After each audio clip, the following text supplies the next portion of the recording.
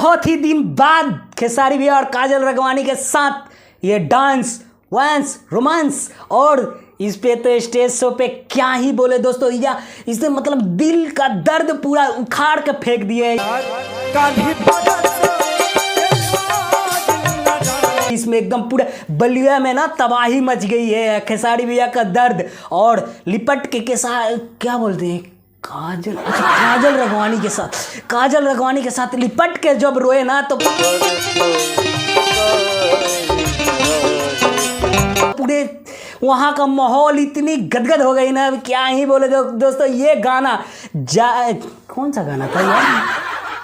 हाँ, ये गाना जो कि ई प्यार काल्हे परसो के कायल न रहे, भुला गइलू ऐसे बाइल न रहे।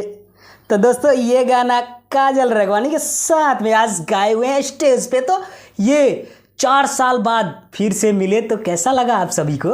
आप सब एक कमेंट में बताएं कि फिर एक जोड़ी फिर से धमाल करने वाली है। तो दोस्तों कमेंट में बताएं कि ये जोड़ी कैसी लगती है आप सभी को। तब तक के लिए बाय बाय, मिलते हैं नेक्स्ट वीडियो।